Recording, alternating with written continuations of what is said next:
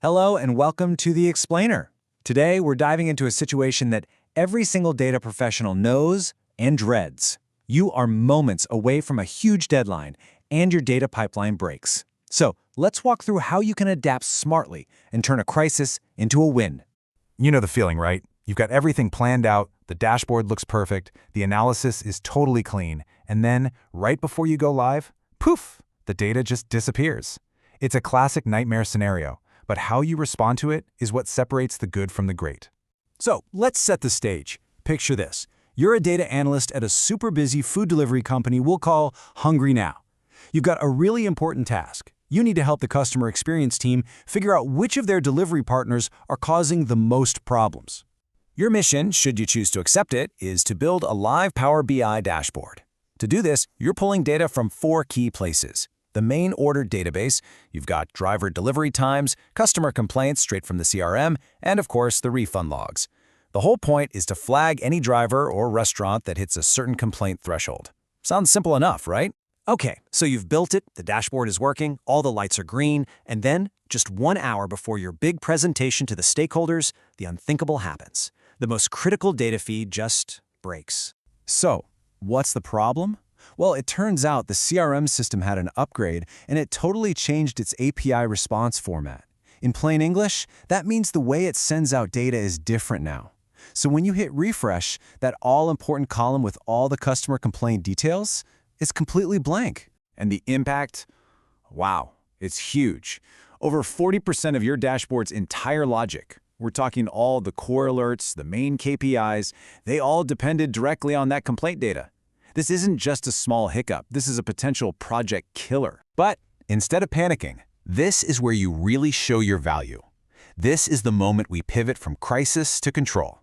We're going to walk through a calm, quick, and super professional 4-step process for handling this exact situation. And here's our roadmap. It's simple. First, we assess the actual impact. Second, we create a temporary patch to keep the lights on. Third, we communicate clearly to everybody involved. And finally, we resolve the root problem for good. Okay, step 1, assessment. Before you go sounding the alarms, you have to diagnose the problem. So you run a refresh preview in Power Query. And here's the good news. The data isn't actually gone. You do what's called a schema diff, which is just a fancy way of comparing the old data structure to the new one. And you see that the upgrade just nested the complaint data 1 layer deeper in the JSON. It's a structural change, not a total loss of data. Pew. Now this is exactly how you frame that action for your portfolio. This little phrase shows you didn't just see an error and give up. No, you investigated its nature to figure out if a workaround was even on the table. All right, on to step 2, the temporary patch. This is where we get creative. You can't fix the API in an hour, so you need a clever workaround. You suddenly realize that the refund logs, especially the ones with reason codes like late or cold, are a really strong proxy for customer complaints. So you quickly reroute the dashboard's logic to use this refund data as a temporary stand-in. This statement right here, it's so powerful. It shows you're a proactive problem solver. It proves you didn't just sit around and wait for a fix. You implemented a smart, temporary solution to keep the business running. So with a patch in place, we move to step 3. And honestly, this might be the most critical step of all. Communication. How you explain the problem is just as important as how you fix it. And you've got to tailor your message for 2 very different audiences, the business team and the tech team. For the business stakeholders, like your customer experience team, you keep it simple, no jargon. You explain the impact in plain English, you reassure them that the dashboard is still working using the proxy, and you give them a clear, confident timeline for the full fix. This is how you build trust. Now, for the technical team, it's a completely different conversation. You get straight to the point.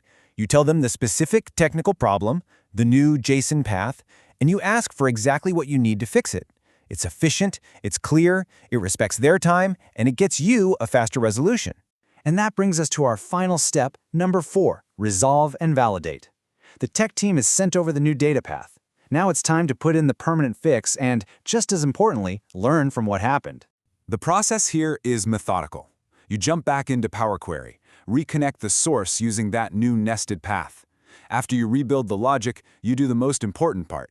You retest all your key metrics. Compare them to historical trends, make sure nothing looks weird. And finally, you write a short summary of the incident and the fix. This is so crucial for helping the team avoid the same problem in the future.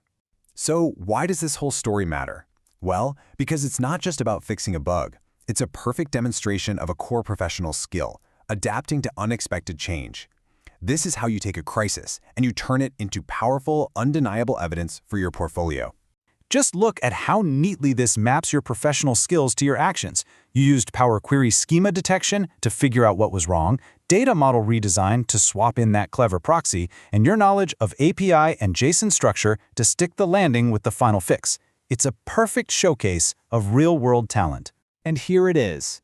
This is exactly how you talk about it. These I statements are pure gold for your portfolio or for any assessment. They're active, they're specific, and they clearly spell out the value you brought to the table at every single step of the way. And really, that's the core lesson here. In the real world, data is messy. It's not clean. Pipelines break, schemas change without warning, systems get upgraded. A good analyst can follow a plan. A great analyst knows how to adapt when that plan completely falls apart. So ultimately, your ability to assess, patch, communicate, and resolve, that is your true superpower. It proves you can deliver value even when things go sideways. And that leaves us with one final question for you. What's your best "It broke at 4 p.m." story? Thanks for tuning in.